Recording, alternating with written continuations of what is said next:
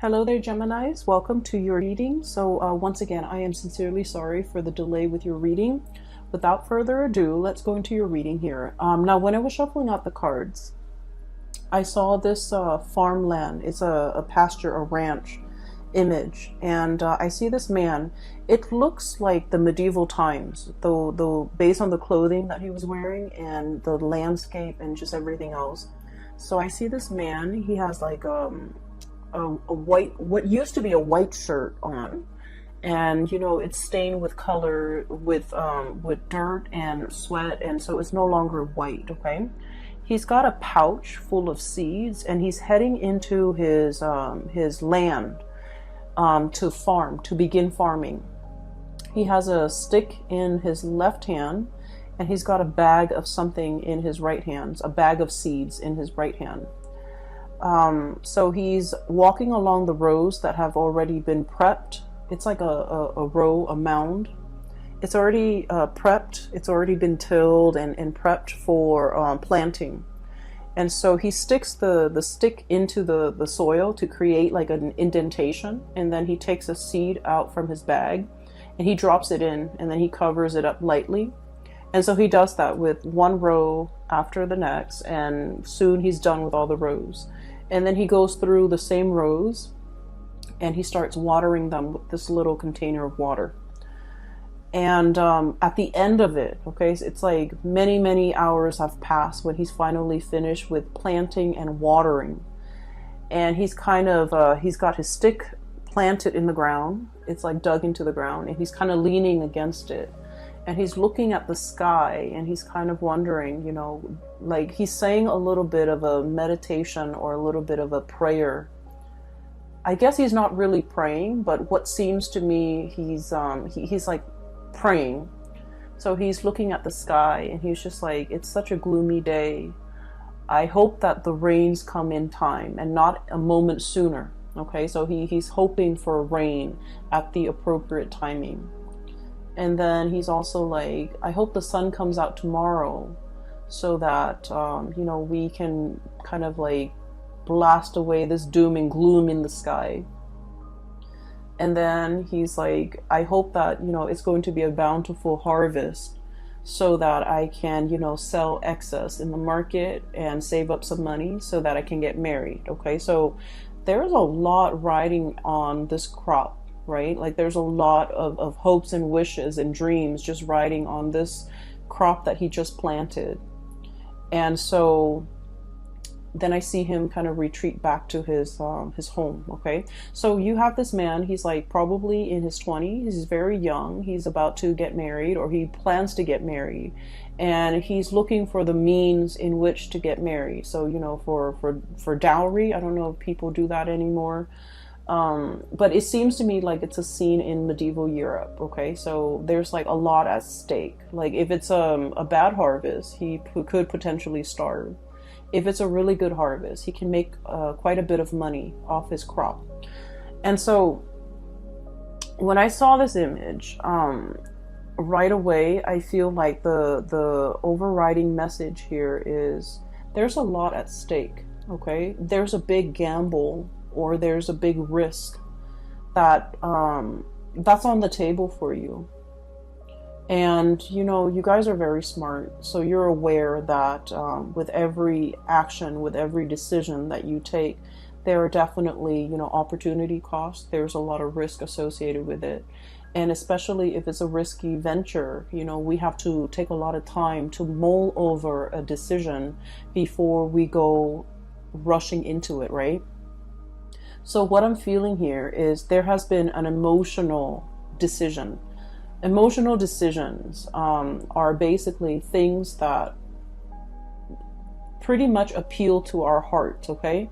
There's no rhyme or reason, but it's just, we have an emotional affinity or an emotional reaction to a situation. It's not supposed to make sense. It's not supposed to be rational. It's just an emotional, instinctive response. So there's a decision here that you've been weighing out for a really long time. You've been deliberating over this. And I do see it's, you're looking back at your past. We have here the King of Cups, okay?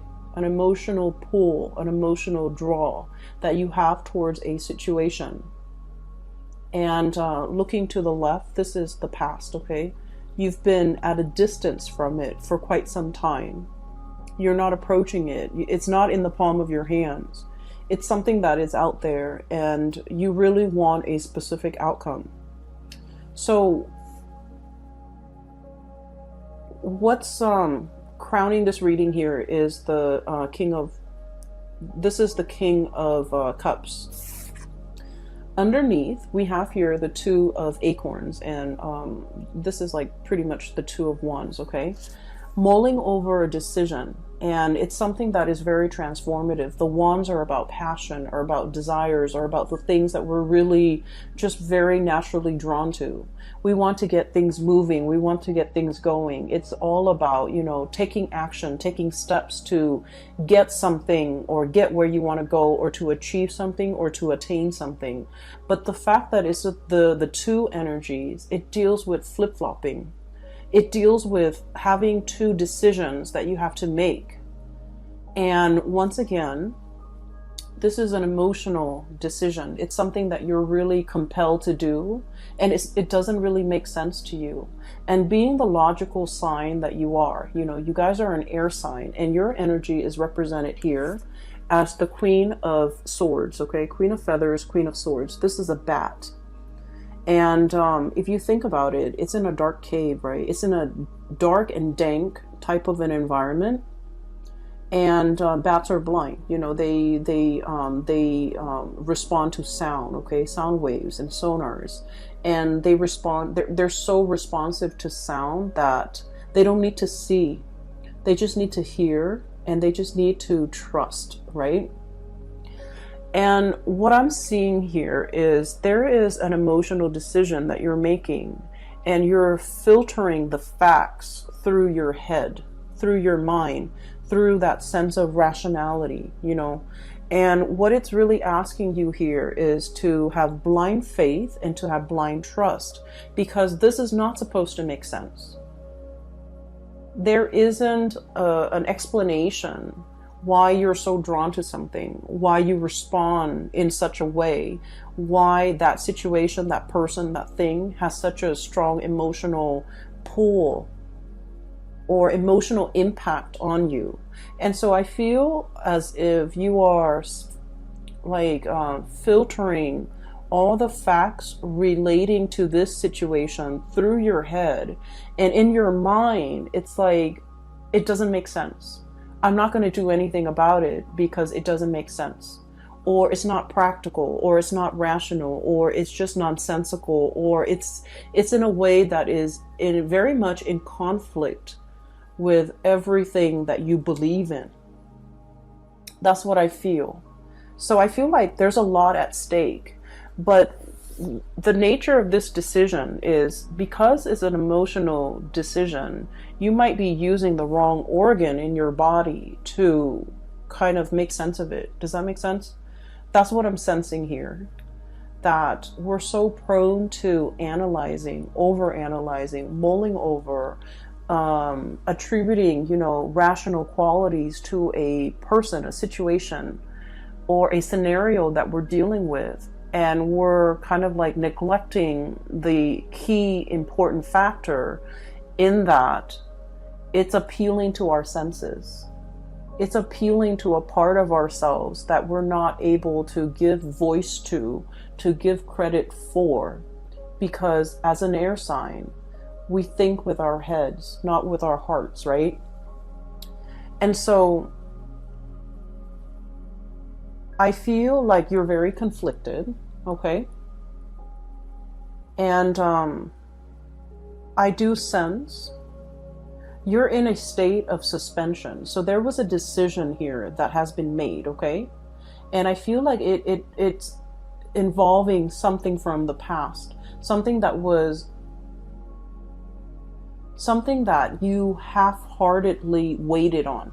That's what it seems like to me. And let me give you an example. So it's like, we really want this one thing, right? And we're just like, no, it's never going to happen because, you know, how on earth could it reasonably happen? It's not practical. It's not sensible. It's so far out of the realm of possibility, it will never come to fruition. And so while we can't deny the fact that we really want something, or want that one thing to happen, to come into the picture for us, so we kind of, you know, go through our day. It's in the back of our minds. And we go through the motions, we go through the day, but every once in a while it creeps back in and we kind of wave it away. And we tell ourselves it's just not feasible. It's just not feasible. So I feel for many of you, there's something that you're half-heartedly waiting on. There's still an emotional connection and a really strong emotional pull towards it. And I feel like there might have been a decision made from your end about moving forward with the things that rationally made sense to you. Your career, your reputation, your success, your worldly possessions, all the things that you can count on, all the things that have a lot of weight, real weight in your world. This is the Six of Wands. It indicates success. Having, I also feel like fame and fortune as well, because in the traditional Rider-Waite deck, this is the man, he's on horseback, and there are a lot of people giving him positive reception and accolades, okay? So I feel like, you know, it's in the back of your mind, and you're not really invested in it. And, you know, life goes on, you moved on, you focus on your career, you focus on all the things that rationally made sense in your mind to do. Go through the motions, go to work, you know, take care of your family, things like that. And because of that, there is a yearning and there's a calling for the month of January, in which you're questioning, I feel, did I make the right choice? Did I do the right thing?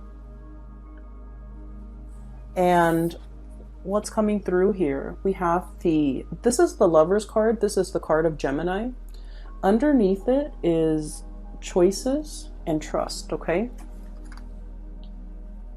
I feel like you're having second thoughts, you're having doubts, you have tried to move on, and then in the new year, something is like, it's like the energy harkens back to a different time or a time before. So possibly the previous year, the same time around the previous year when something entered the picture. And you're questioning and you're doubting, did I make the right choice? Did I make the right decision? Is this like a merry-go-round that I can't really escape from? If it's a merry-go-round that I can't really escape from, then is it because, you know, it's meant to be? Is it in the cards for me? And so I feel as if you're having a lot of doubt about a decision that was recently made. You don't give a lot of credence to it. And it's not plaguing you in a way where I feel like it interferes with your daily activities. But crowning this reading, what you're really thinking about and what is kind of like in the back of your mind, we have the Hangman. Waiting in suspension, waiting for a situation, waiting for some contact, waiting for a turnaround, okay? And I also feel like there's an emotional connection here, deeply emotional and deeply spiritual, an emotional and spiritual connection that you have with another person.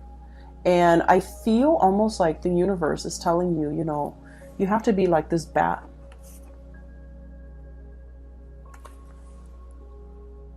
Having blind faith, okay?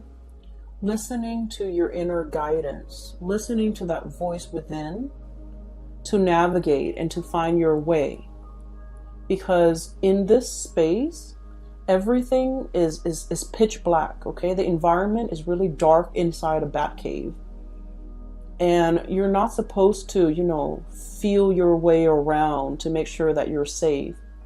You're not supposed to be able to see. You're not supposed to know the outcome. Are you going to have a good harvest? Are things going to work out? You're not privy to that information, and what you need to do is just, you know, have faith that in this ambience of like lack of information, lack of knowing, lack of knowledge, lack of ability to predict outcomes, it's talking about, you know, making the choice to really trust. Okay, so let me talk a little bit about this concept here. Queen of Feathers. Okay, and this is like, I always look at this and I think of it as like Gemini, Libra, Aquarius. It's like the perfect embodiment, especially for Gemini. In the traditional Rider-Waite deck, this is the Queen of Swords, okay? And the Queen of Swords, she's on her throne. She's looking usually towards the right. She has her hand, one hand outstretched. The other hand is holding up this big sword ready to cut, okay? And so let me just let that imagery sit with you for a moment, because I feel like this is you. This is like, you know, once burned, twice shy, okay? Your hand is outstretched on one hand, but the other hand is holding up a sword, just in case, right? I'm going to reach out, but I have this tool at my disposal to cut, to hurt, just in case the other person doesn't act correct. Or, you know, it's a situation where you're sending out like very mixed messages, right? On the one hand, you want that connection. You want to reach out, but on the other hand, you're very defensive. And so when we're dealing with that energy where we're like 1 foot in and 1 foot out, or like 1 foot out the door, testing the water and then retreating, it's almost as if you're flip-flopping. You're not really sure what you're going after. You're not really sure. You're not really sure what you really want. Okay? And just imagine if you're dealing with somebody who is making their intentions very clear, like the Queen of Swords, okay? Who is very serious-minded. The Queen of Swords is also someone who's very serious-minded. But the fact is, so just imagine for a moment, you know, if the shoe were on the other foot and you're dealing with someone who's like flip-flopping, waffling, constantly 1 foot out the door and constantly sending mixed messages. How frustrating would it be to deal with that person, right? And so I feel like, you know, once again, swap that energy and try to understand the sonar waves, the sounds, the messages, the intention that is going into, you know, your energy, and how that energy is being perceived by the people around you. The Lover's card is your card. It's the card of Gemini. It's the twins. It's like the twin flame type of energy where, you know, you have like you have, I feel this like being of two minds, okay? Split personality, being of two minds. Your heart wants one thing, your mind is telling you otherwise. And with the Queen of Swords here, the mind always overrules what the heart wants. And so you could never reach a state of satisfaction. Your mind wants the safe choice, the practical things, the stability. Your heart wants to roam. Your heart wants freedom. It wants excitement. It wants like all of these things that are considered frivolous, risky, but, you know, rewarding, like emotionally very rewarding. But I feel like you're built in such a way that your heart always loses out. It loses out, and you end up, you know, physically very happy, but emotionally it can be a little bit empty. And so I feel like the message for you, especially as we, you know, run into 2020 is a very stable year, okay? So the numbers reduces to a number 4. And the number 4, it is about family. It is about, if you look at the astrology wheel, the number 4 is about the home, the mother, the parts of ourselves that have been conditioned since childhood, okay? And it's about our emotional needs, how we fulfill our emotional needs. So the number 4 year, for all of the signs, and especially for you guys, it's about honoring and respecting what you need emotionally in order to be fulfilled. And I feel like all of these things are not supposed to make sense. You know, so for example, you have work the next day, right? And you're just like, oh, I can't sleep, but I really need to go to sleep because I have work the next day. But I really want to watch this movie. So your mind rationally, you're like, I need to get to sleep. But then your heart is like, I really want to watch this movie. And the movie is like 2 hours. So I'm going to miss out on 2 hours of sleep. But I'm going to be so happy during these 2 hours that I'm watching this movie. And so I feel as if that rational part of your mind always wins. You know, it's like, okay, we need to sleep early. We need to be disciplined. We need to do things that are practical. We need to just let go of frivolous things. And I also feel like, you know, with this strong energy of that number 4 coming into the picture, it was a way of life for you. It was like childhood conditioning. We have to do what is expected of us. We have to do what, I want to say, like, once we make a promise, we have to keep it. Once we choose a course of action, we have to follow it through. You know, it's like, it's very fatalistic. It's like, failure is not an option. Once I choose this path, I have to walk alongside it, or I have to walk along this path. I can't deviate from my plans. But you know, things change. Circumstances will come up where whatever path you've taken, it might not be applicable for you anymore. You might have outgrown this path. You might have outgrown this situation. And yet you're still walking down this path because it's expected of you. So I feel like the year 2020 is really urging you. Are you still getting the emotional satisfaction on this path that you are blindly taking? Is it time for you to redirect your attention towards a different calling? So you have some choices here, and I feel like there's so much riding on it. You know, like that farmer, a bad harvest could be the end of his life. He could starve. Whereas a good harvest can, you know, equate to so many new blessings that can come into his life. And so you're grappling with a lot of decisions.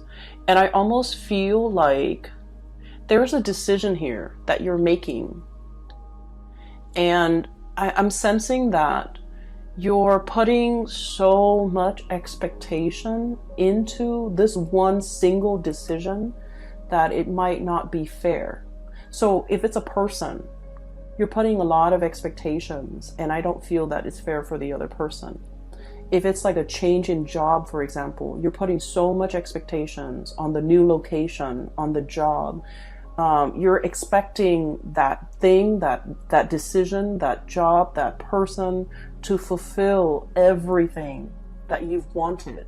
So keep in mind that you've been suppressing, you know, your emotional needs for quite some time. And all of it is bursting at the seams, right? It's coming up in the year of 2020 for you to re-examine.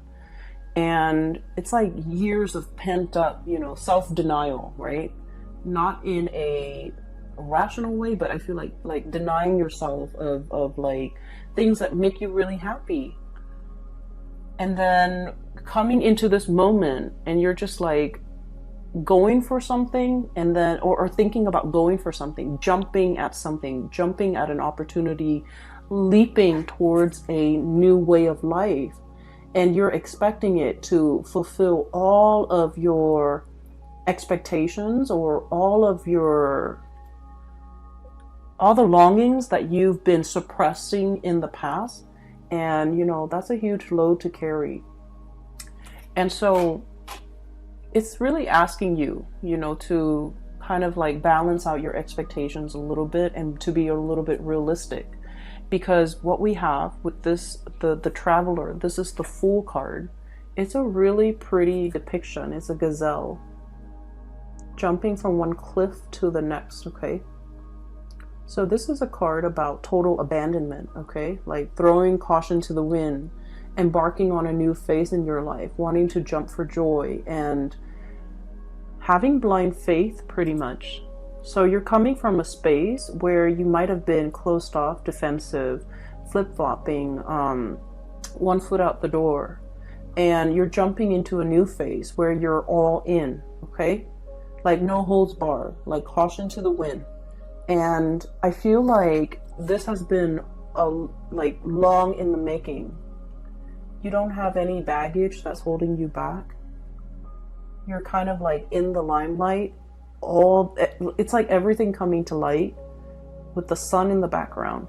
And so I feel as if the month of January started out with a lot of uncertainty, there's going to be clear answers, decisions, and resolutions coming through at the end of January. You're going to be very sure about what it is that you're going for. So with this choice that you're making, you know, do I make the rational choice or do I follow whatever is in my heart? At the end of the road, the end of January 2020, we have here the 10 of Wands. Okay, this is pretty much the unburdening process. Okay, the 10 of Wands is all the obstacles, all the things that kind of bogged us down. Possibly expectations from other people, responsibilities that we have to take up, and things that we do out of obligation, out of the sense of responsibility, and we don't have to live in that or burden ourselves with that anymore, because we have a new phase that is coming into our lives to ask us to shed the baggage, okay, shed the responsibility, and just kind of like live our life a little bit more unencumbered and a little bit more free. So what's really kind of I want to say, this is what it feels like to me, the way the cards are depicted, okay, and the energies. It's like, this is where you are right now. You're still in that dark cave. You're trying to figure out your way. You're trying to figure out what to do. And this is the outcome, which is really positive. It's like turning over a new page and, you know, being in a situation where you're really hopeful, really free. So while you do have a lot of success here, I feel like your heart feels a little bit heavy to me. There's a lot of uncertainty, a lot of unknowns, a lot of waiting on situations. And so what's kind of like in between, what you have to kind of jump over to get yourself from here where you are to here, what's waiting for you in the future, are these two cards. And I have here the Star. And I feel like this is about, you know, dreaming big, okay? Not putting yourself in a situation where you feel like you have to choose, where you have to forego something in order to achieve something else.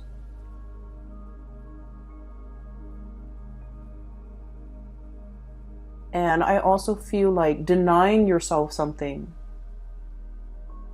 that you really want because you feel like it wasn't practical. You feel like nothing can come out of it.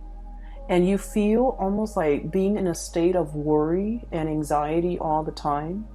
And once we are constantly, you know, living in a space of lack, if we've been living in it and dwelling in it and, you know, building a life around it for a really long time, that's all we know. And then we can't really possibly wrap our heads around the fact that it doesn't have to be like this. We can make some changes. We can have it all. We don't have to compromise one thing for another. You know, not everything has to come at, you know, the expense of like opportunity costs.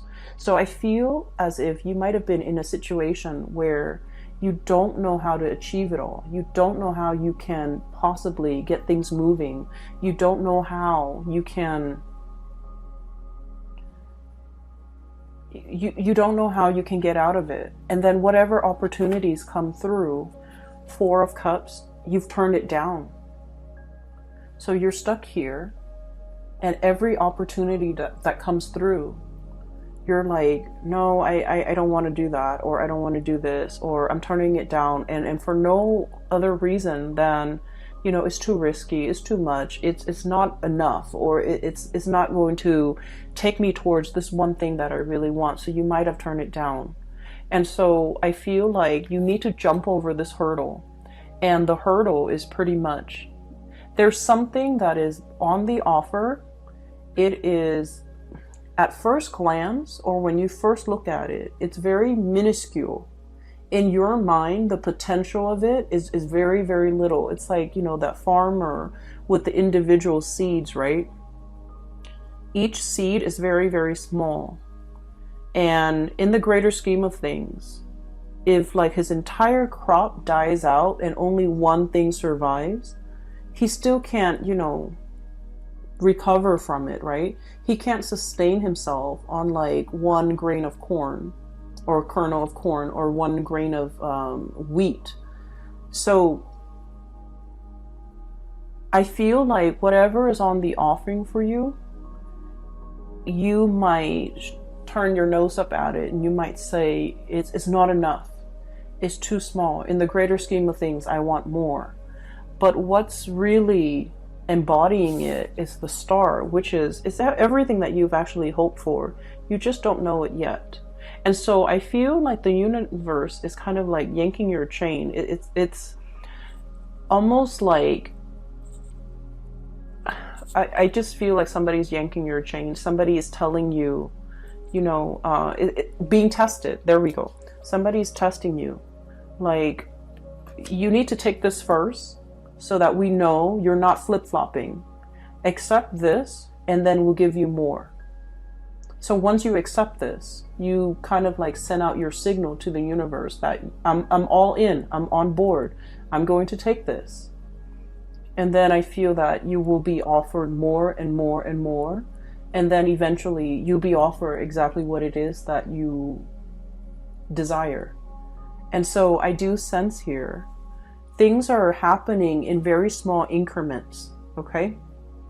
And things are happening one step at a time, one stage at a time, because you're being tested to make sure that you are 100% decisive and in this before the universe can give you exactly what you want. So we have here the Lover's card, so this is your card, and the Star card. So you're both, you're headed, your heart and your mind, that's what I mean by both. Your heart and your mind is in alignment, and that's really important. When we're doing something half-heartedly, our hearts and our mind are not in alignment, okay? We're just going through the motions. And when we're just going through the motions, doing something half-heartedly, the result is never going to be good enough.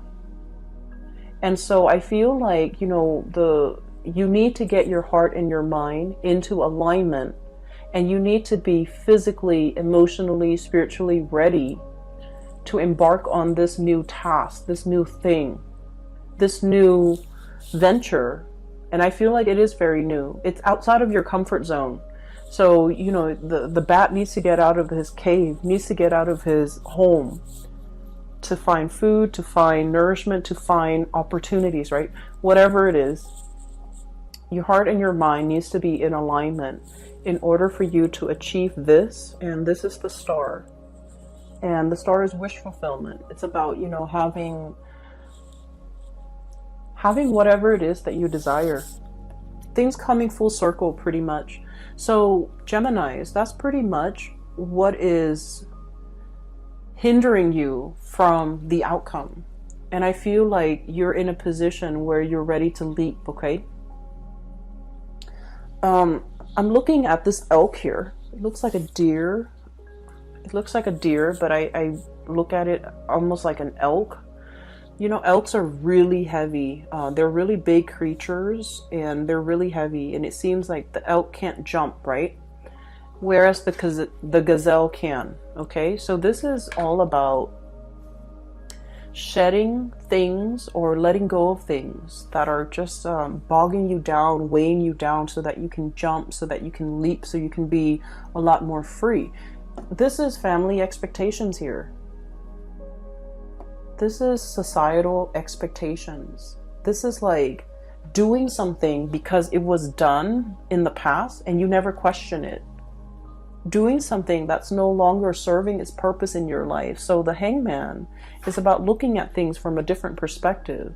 Is it still relevant? Is it still helpful? Is it helping me in any way, or is it hindering my progress? So I feel like you have to re-examine some of the habits, some of the things that you are taking on, and figuring out whether or not they are still applicable and relevant to your life right now, and whether or not they're still, you know, making you happy. But I do feel here there is a calling that is very specific to you. You can hear it.